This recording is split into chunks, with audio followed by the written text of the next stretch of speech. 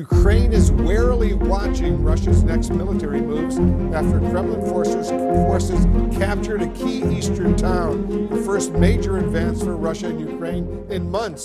சமீபத்தில் உக்ரைனோட முக்கியமான ஒரு இண்டஸ்ட்ரியல் டிஸ்ட்ரிக்டான அவ்டிவ்காவை ரஷ்யன்ஸ் பிடிக்கிறாங்க. இந்த கைப்பற்றல் நடந்து கொஞ்ச நாளைக்கு அப்புறமா மியூனிச்சில் ஒரு முக்கியமான கான்ஃபரன்ஸில் ஜெலன்ஸ்கி அவர்கள் என்ன தெரியுமா பேசுகிறாரு, எங்களால் ரஷ்யன்ஸை ஜெயிக்க முடியும், ஆனால் அதுக்கான ஆயுதங்கள் தட்டுப்பாடாக இருக்குது, ஆயுதங்களை மட்டும் கொடுங்க, நாங்கள் ஜெயிச்சு காட்டுறோம் அப்படின்னு சொல்லி கான்ஃபரன்ஸில் அவர் பேசியிருக்காரு. ஸோ இன்றைக்கான வீடியோவில் நம்ம எதை பற்றி பார்க்க போகிறோம் அப்படின்னா, இந்த 40 நாடுகள் சேர்ந்து உக்ரைனுக்கு ஆயுதங்கள் கொடுத்துக்கிட்டு இருக்கு. ஆனால் அப்படி இருந்துமே உக்ரைனால் அதோட நிலப்பகுதியை டிஃபெண்ட் பண்ண முடியலை.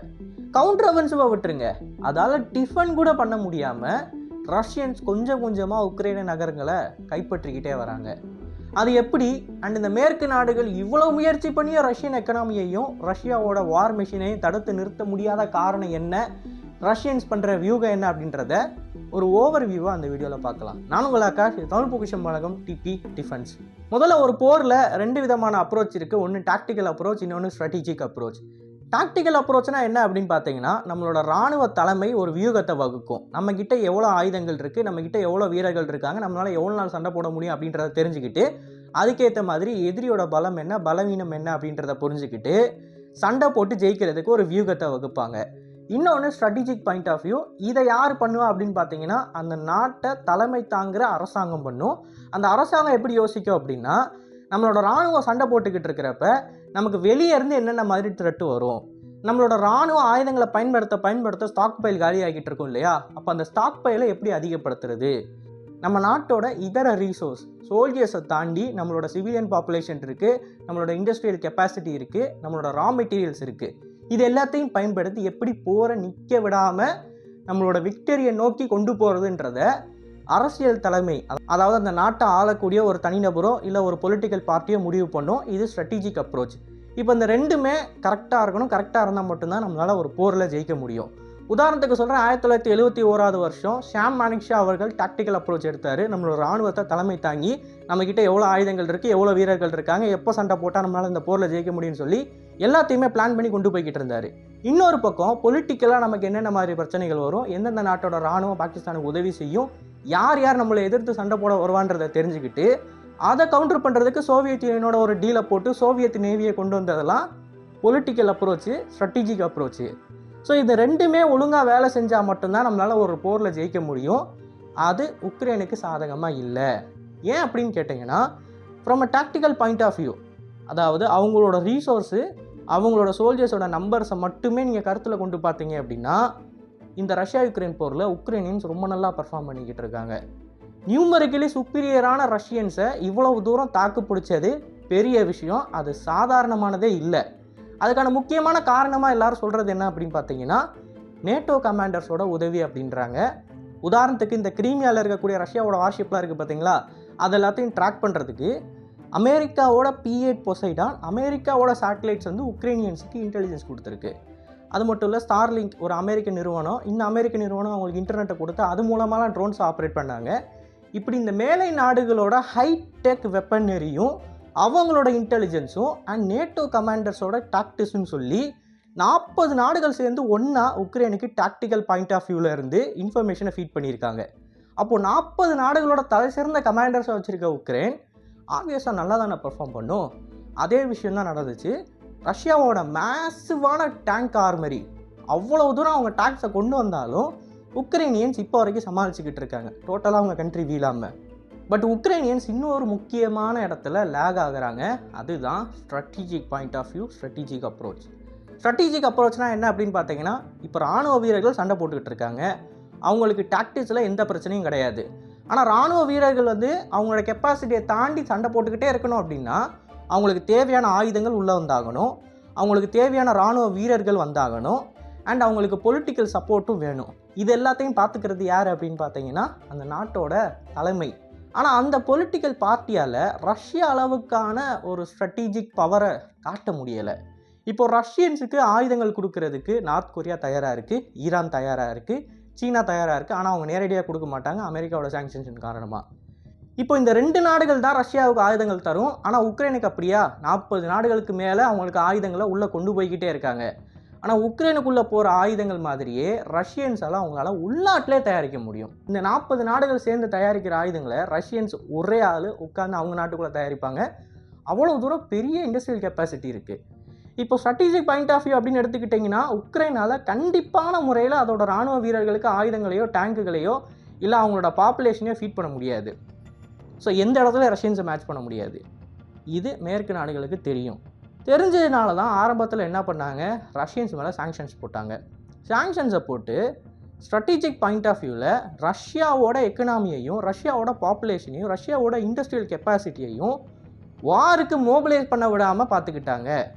இப்போ சிவிலியன் பாப்புலேஷன் அப்படின்னு சொல்லக்கூடியவங்க வாருக்கு ஈஸியாக அவங்கள மோபிலைஸ் பண்ணிடலாம். உள்ளே வந்து சண்டை போடுங்கடா அப்படின்னு சொல்லி ஆர்டர் போட்டால் அவங்க கேட்டு தான் ஆகணும். அதே மாதிரியான ஒரு ஆர்டர் இந்தியாவிலே இருக்குது. இந்தியாவிலே இந்த சட்டம் இருக்குது. வாலண்டரி கோரை தாண்டி இந்தியாவுக்கு ஏதாவது பிரச்சனை அப்படின்னா நாங்கள் கூப்பிட்டா நீங்கள் வந்தே ஆகணும். அது ஒரு சிட்டிசனாக நம்மளோட கடமை. இதே மாதிரி ரஷ்யாவிலே இருக்குது. அதை டிராஃப்டிங்னு சொல்லுவாங்க, டிராஃப்டிங் அப்படின்னு சொல்லுவாங்க. அந்த டிராஃப்டிங் முறையில் நீங்கள் சிவிலியன் பாப்புலேஷனை உள்ளே கொண்டு வந்துடலாம். ஆனால் உங்களோட இண்டஸ்ட்ரீஸை வந்து எப்படி ஃபயர் அப் பண்ணுறது? உங்களோட இண்டஸ்ட்ரி வந்து பீஸ் டைமில் ஒரு வருஷத்துக்கே 100 டேங்கு தான் தயாரிக்கும். ஆனால் இப்போது ரஷ்யாவோட இண்டஸ்ட்ரியல் கெப்பாசிட்டி என்ன அப்படின்னு பார்த்தீங்கன்னா ஒரு மாதத்துக்கு 100 டேங்க்கு. அப்போ வருஷத்துக்கு 100 டேங்க்லேருந்து மாதத்துக்கு 100 டேங்குக்கு நீங்கள் கொண்டு வரணும்னா அப்போ அதுக்கேற்ற மாதிரி ரா மெட்டீரியல்ஸை நீங்கள் உள்ளே இறக்குமதி பண்ணி ஆகணும். அதுக்கேற்ற மாதிரி டெக்னீஷியன்ஸுக்கு நீங்கள் ட்ரைனிங் கொடுத்து அந்த கெப்பாசிட்டியை பூஸ்ட் பண்ணணும். இப்போ இந்த இடத்துல தான் ரஷ்யன்ஸ் வந்து பூஸ்ட் பண்ண விடாமல் மேற்கு நாடுகள் என்ன பண்ணாங்க, சாங்ஷன்ஸ்னு சொல்லி ஒன்று போட்டாங்க. இந்த சாங்ஷன்ஸின் காரணமாக ரஷ்யாவோட இண்டஸ்ட்ரியல் கெப்பாசிட்டி அதோட ஃபுல் எஃபிஷியன்சி போகவே போகாது அப்படின்னு மேற்கு நாடுகள் நம்பி உக்ரைனுக்கு நம்ம இந்த அளவுக்கு ஆயுத உதவி பண்ணால் போதும், இவ்வளோ நாள் உக்ரைன் தாங்கினா போதும், இந்த போரில் கண்டிப்பாக ஜெயிச்சிடலாம்னு சொல்லி அவங்க ஒரு கணக்கு போட்டு வச்சாங்க. ஆனால் அந்த கணக்கு எல்லாத்தையுமே ரஷ்யன்ஸ் தவிடுபடியாக்கிட்டாங்க.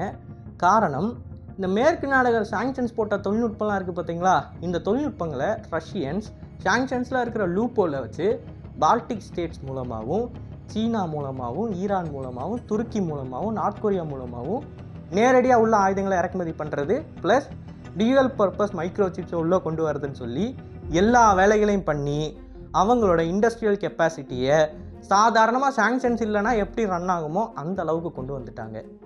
அண்ட் அது மட்டும் கிடையாது, அவங்கக்கிட்ட உலகத்திலே மிகப்பெரிய ஆயில் அண்ட் கேஸ் ரீசோர்ஸ் இருக்குது அப்படின்ற காரணத்தை வச்சு பொலிட்டிக்கலாகவும் அவங்களுக்கு எதிராக இருக்கிற நாடுகளை அவங்களுக்கு சாதகமான சில முடிவுகளை எடுக்க வச்சாங்க. ஸோ ஸ்ட்ராட்டஜிக் பாயிண்ட் ஆஃப் வியூவில் 40 நாடுகளை எதிர்த்து சண்டை போட்டு இப்போ வரைக்கும் ரஷ்யன்ஸ் ஜெயிச்சுக்கிட்டு இருக்காங்க. எப்படி உக்ரைன் ரஷ்யாவை வந்து உள்ளே விடாமல் தடுத்து கொஞ்ச நாள் தாக்கு பிடிச்சாங்களோ அதே மாதிரி ரஷ்யன்ஸ் இந்த 40 நாடுகளோட ஆளுமைக்கு எதிராக ஸ்ட்ராட்டஜிக் பாயிண்ட் ஆஃப் வியூவில் நடந்துக்கிட்டு இருக்கிற இந்த வாரை தாக்கு பிடிச்சி இவ்வளோ நாள் தாங்கி அவங்களோட இண்டஸ்ட்ரியல் கெப்பாசிட்டியை 100 மடங்கு ரேம்ப் அப் பண்ணிட்டாங்க.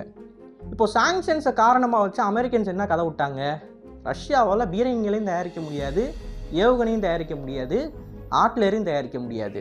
இந்த 3 இல்லை அப்படின்னா ரஷ்யா தோற்று போயிடும் போரில் அப்படின்ற கதையை தான் கட்டிக்கிட்டு இருந்தாங்க. உக்ரைனியன்ஸை என்ன தெரியுமா சொன்னாங்க, ஒரு கவுண்ட் மாதிரி ஒன்று போட்டாங்க. இந்த மனங்குத்தி பறவையில் ஒரு சீன் வரும், ஸ்லேட்டில் வந்து எழுதியிருப்பாங்க 3 நாள் 2 நாள் 1 நாள் அப்படின்னு சொல்லி அந்த கல்யாணத்துக்கு. அந்த மாதிரி உக்ரைனியன்ஸ் என்ன தெரியுமா பண்ணாங்க, போர் ஆரம்பித்த காலகட்டத்தில் ரஷ்யா கிட்ட இத்தனை மிசைல்ஸ் தான் இருக்குது, இத்தனை ஏவிட்டாங்க, அப்போ இவ்வளோ கம்மியாயிருச்சு, இப்போ அவங்ககிட்ட இவ்வளோ தான் இருக்குது, இப்போ அவங்ககிட்ட இவ்வளோ தான் இருக்குது அப்படின்னு சொல்லி கடைசியில் என்ன தெரியுமா சொன்னாங்க, ரஷ்யா கிட்ட விரல் விட்டு என்ற அளவுக்கு தான் ஏவுகணையே இருக்குது அப்படின்னு சொல்லிட்டாங்க.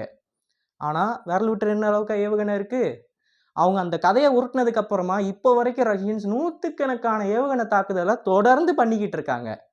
அப்போ அமெரிக்கன்ஸோட கதை என்ன, ரஷ்யாவுக்கு ஏவுகணைகளை தயாரிக்கிறதுக்கு தேவையான அந்த இன்டெல் மைக்ரோசிப் ஒன்றுமே இல்லை, சாதாரண கம்ப்யூட்டரில் இருக்கிற அந்த இன்டெல் மைக்ரோசிப் வேணும், அது இருந்தால் தான் அவங்களால ஏவுகணைகள் தயாரிக்க முடியும். அந்த மைக்ரோசிப்ஸை அமெரிக்க நிறுவனம் ரஷ்யாவுக்கு தரவே மாட்டாங்க அப்படின்ற ஒரு உறுதியை கொடுத்து தானே சாங்ஷன்ஸ் பண்ணாங்க. அமெரிக்காவோட முக்கியமான எலக்ட்ரானிக் நிறுவனங்கள் கிட்ட இருக்கிற எல்லா ஹைடெக் டெக்னாலஜியையும் சீனா மூலமாகவும் இந்தியா மூலமாகவும் உலகத்தில் இருக்கக்கூடிய அவங்களோட நட்பு நாடுகள் மூலமாகவும் இம்போர்ட் பண்ணாங்க. ஸோ அதனால் என்ன நடக்குது, ரஷ்யன்ஸ் அவங்களோட ப்ரொடக்ஷன் கெப்பாசிட்டியை 100 மடங்கு அதிகமாக்கிட்டாங்க. இன்னொரு பக்கம் உக்ரைனுக்கு ஆயுதங்கள் கொடுக்கலாமா வேணாமான்னு சொல்லி ஒரு பெரிய டிஸ்கஷன் வெஸ்ட் நாட்டில் போய்கிட்டு இருக்கு. ஏன்னா இங்கே மேற்கு நாடில் இருக்கக்கூடியவங்க ஆரம்பத்தில் என்ன தான் இந்த வாருக்கு சப்போர்ட் பண்ணாலும் போக போக அவங்களோட எக்கனாமிக் கண்டிஷன்ஸில் பிரச்சனை வருதுன்றதை புரிஞ்சுக்கிட்டு எங்களால் இவ்வளோ காசெல்லாம் கொடுக்க முடியாது அப்படின்னு எல்லாரும் கை தூக்க ஆரம்பிச்சிட்டாங்க. கொஞ்சம் கொஞ்சமாக கை தூக்க ஆரம்பித்தவங்க ட்ரம்ப்போட எலெக்ஷனுக்கு அப்புறமா முழுசாக கையை விரிச்சிருவாங்க, எங்களுக்கு இதுக்கு சம்மந்தம் இல்லை, நீங்கள் 2 பேரும் பேசிக்கோங்க அப்படின்னு சொல்லி. அப்படி கையை விரிக்கிறப்ப ரஷ்யா வைக்கிறது தான் சட்டம். அவங்க என்ன சொல்கிறாங்களோ அதுக்கு உக்ரைன் கேட்டு தான் ஆகணும். ஆனால் அந்த அளவுக்கு போகாமல் இம்மீடியட்டாக உக்ரைன் சரண்டர் பண்ணாங்க அப்படின்னா மேபி உக்ரைனால் ஒரு சில விஷயங்களை நெகோஷியேட் பண்ண முடியும். பட் அதுக்கு ஜெலன்ஸ்கி அவர்கள் விடமாட்டார் அப்படின்னு தான் தோணுது.